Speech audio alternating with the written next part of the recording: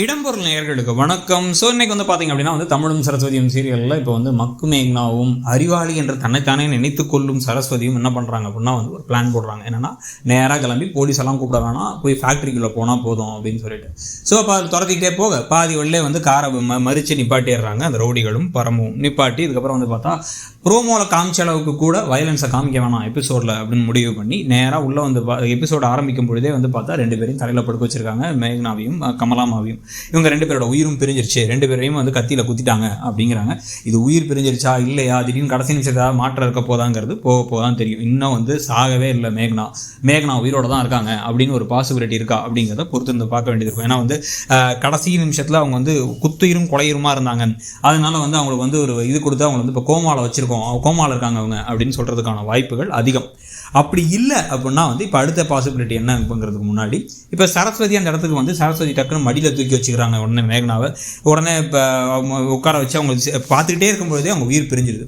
So அவங்க உயிர் பிரிஞ்சு உடனே அந்த கத்தியை எடுத்ததுக்கு பிறகு பார்த்தீங்க அப்படின்னா கரெக்டாக இப்போ ஃபேக்ட்ரி ஆட்கள்லாம் எங்கள் முதலாளியம்மாவை கொண்டுட்டியா, நீ ஏற்கனவே மிரட்டிட்டு போனியா வீட்டுக்கு ஆஃபீஸ்க்கு ஃபேக்ட்ரிக்கு அப்போ நீ தான் பண்ணியிருக்கணும் இதை அப்படின்னு அவங்க சொல்லிடுறாங்க.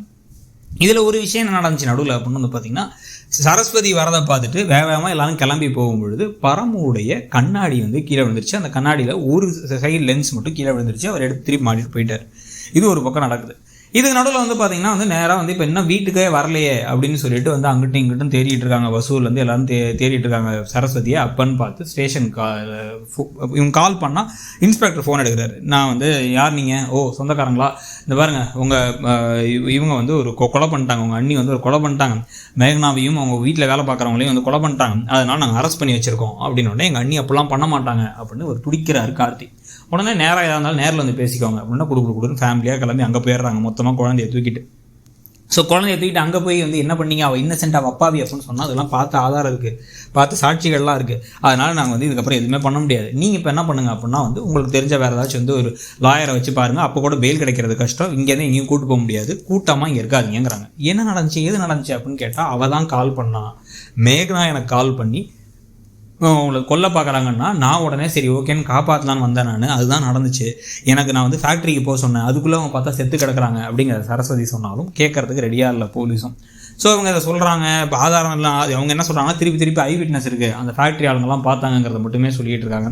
இதுக்கு நடுவில் இங்கே ஒரே கலிவர்தன்லேருந்து எல்லாம் சந்தோஷமாயிட்டாங்க. நம்ம நினச்ச மாதிரியே நடந்துருச்சு, நம்ம கூட கொலையை பண்ணிட்டு அந்த வீடியோ ஆதாரத்தெல்லாம் அனுப்பலான்னு பார்த்தோம். இப்போ நேராகவே இப்போ கையும் களவுமாக சிக்கி அப்போ கூட கேஸ் ஸ்ட்ராங்காக இருக்காது. இப்போ சிக்கினது மட்டும் இல்லாமல் கையிலேருந்து கத்தி எடுத்துட்டாங்க, ஐ விட்னஸ் இருக்காங்க.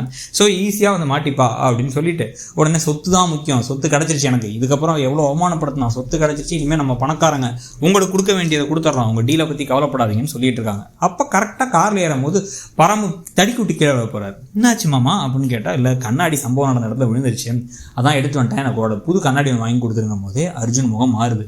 ஐயோ அங்கே ஆதாரத்தை விட்டு வந்துட்டாங்களா அப்படின்னு சொல்லிட்டு. ஸோ இது ஒரு பக்கம் நிற்குது. இது நடந்துகிட்டு இருக்கும் பொழுதே பார்த்தீங்கன்னா இன்னொரு பக்கம் தமிழையும் நமச்சியும் பார்க்கறதுக்காக இவங்கெல்லாம் கிளம்பி வராங்க. கிளம்பி இல்லை சரஸ்வதி ஸ்டேஷனில் இருக்காங்க அப்படின்னா எதுக்கு கம்ப்ளைண்ட் கொடுக்க போயிட்டாலாம் மேக்னாவை பற்றி.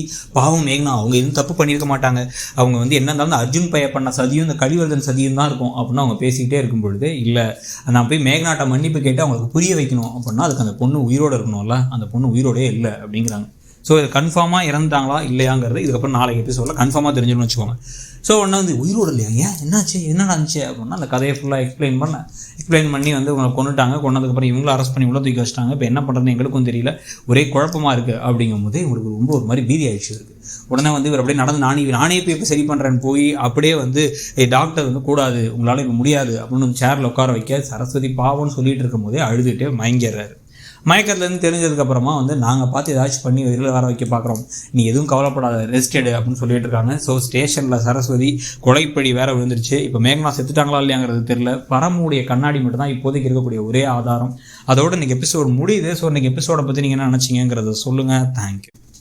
இடம்பொருள் நேயர்களுக்கு வணக்கம். ஸோ இன்றைக்கி பார்த்தீங்க அப்படின்னா தமிழ்